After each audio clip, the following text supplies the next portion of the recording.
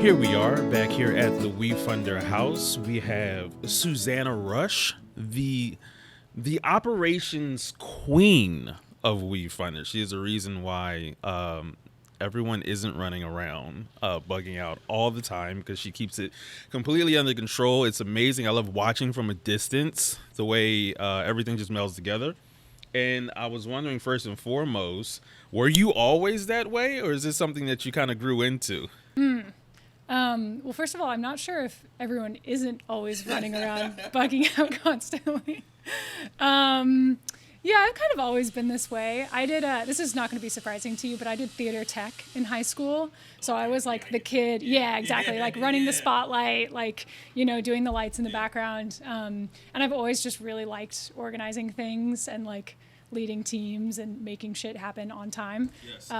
So yeah, I think it's part of my personality. That's interesting, because theater tech is a chaos. A lot of people just think like the acting side, it is what it is. Just worry about your lines. Mm-hmm. But those cues and having everything lined up, and you have your own script of like making sure the music drops. Yeah. How'd you get into that? Did you also do it in high school? I did it like a couple years ago, like a lot of independent theater in Philadelphia. Okay. And so I stay on top of all of it, just so I can make sure that like if I needed to step in for it, because stuff happens, no one's getting paid. If you got to work, and then you just drop out and somebody else needs to step in.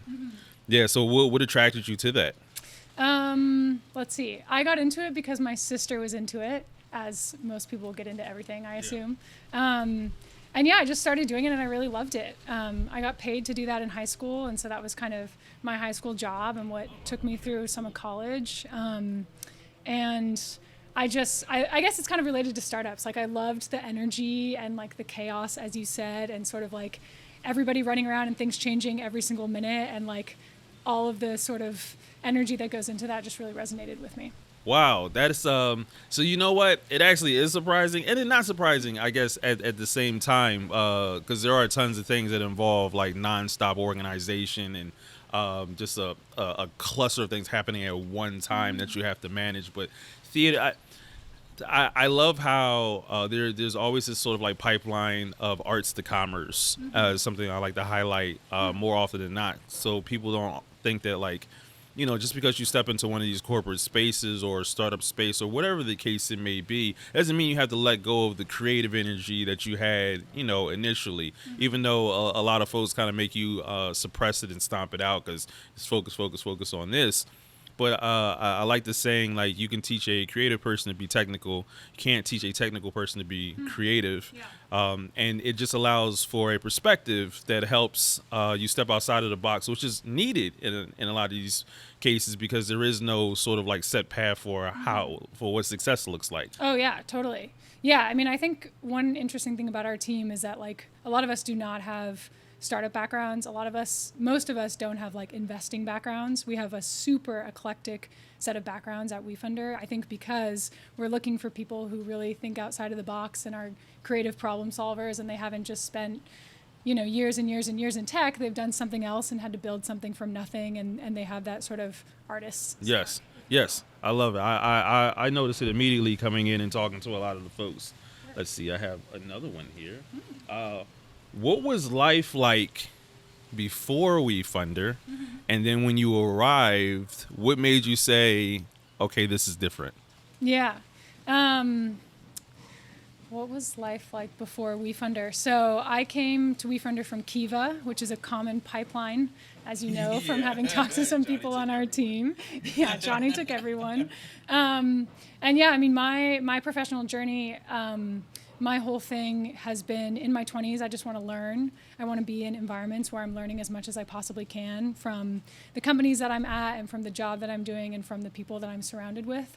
And then maybe my 30s will be about going and taking those lessons and applying them to my own company or whatever I end up doing later.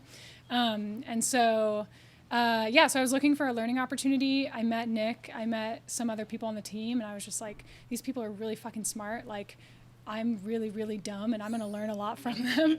And that's been totally true. That's been the thing that's kept me super engaged, is like what we do is really amazing, but also our team is so amazing. And so over the course of the last 4 years, I've just like been on this constant, really, really steep learning curve. Yeah, I would agree with that. I like to say that I'm getting paid to go to school Yeah. because my background wasn't in any of this, Mm-hmm. but everybody's so inviting, so embracing. Is like, hey, like whatever you need, let's have a one-on-one. I'll show you. I'll run it down. Check this book out. Yeah. Listen to this speaker. So that way we can all get to the same place in our own unique ways, of course, because that's how we got here. We brought something very specific to our own skill set, and we're just applying it to this new field.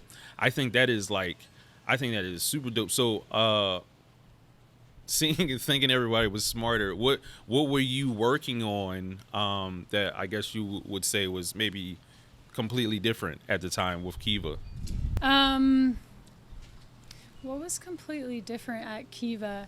I mean, the nonprofit lens is really different. Like, I think Kiva is, it is a tech company, and it's kind of like a startup nonprofit in a lot of ways, and especially the team that I was working on with Johnny launching the U.S. program was I think a startup kind of within this larger organization. Yes.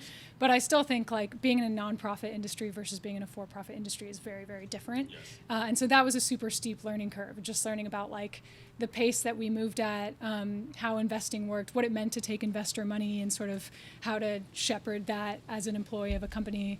All of that stuff was super, super different. I think it's mostly like a tone thing. Yeah. I guess is what it comes down to. And you were here before the I guess Wefunder hit that good stride. Mm-hmm. Would you say that things kind of like shifted as far as like the work environment, work experience, or was it just you guys working on that one system and then it finally started to pay those dividends? Yeah, it's a little bit of both. So the biggest change in the work environment was just the size of the team, going from being like less than 20 people, knowing exactly what everybody is doing every single day, to now I think our entire team is closer to 70. And so that just presents a lot of different challenges in terms of like, how do you coordinate people who don't work in the same office and don't work in the same time zone, and like just sort of trying to keep everybody together is like a pretty different challenge. I kind of characterize those first couple years that I was at the company when we weren't growing as much as being just like rapid experimentation. Like, yes, we were constantly trying new things to figure out what was going to be the growth lever. And I don't really think that has changed. Like, we've definitely found some growth levers, but we're also still always trying to like experiment and do new things, like City Partners being probably the best kind of new example of that in the last month or so. So yeah, some of it's changed, a lot of it hasn't. Is it still fun? It's still very fun. Yes, it's fun in a different way. And sometimes it's type 2 fun. Just like, it's not fun in the moment, but when you look back on it. Yeah, it was like, that was great. It Yeah. was very stressful. Yeah. There was a lot of crying, but there were learning lessons. Yeah. And it wasn't as bad as we thought it was. It's never as bad as you think it's going to be. Yeah. What do you think the future looks like from your perspective with Wefunder, the industry, the market? Yeah. I see us being a very big company. I think that there's a really big hole in the US right now and also abroad for somebody to come in and help early stage startups, not just raise capital, but also get all of the other things that early stage companies need to be successful. One of the things that I think I've learned, especially through watching our accelerator, the XX, is that the money is just like one super small component of whether or not you're successful as a startup founder. Having access to mentors who are really good, angel investors who introduce you to other angels, friends who are founders who can understand what you're going through, like those things are all just as important, if not more important. And I see us really uniquely positioned to help build some of that community outside of Silicon Valley and outside of these other tech hubs, because we have this network that's so huge now.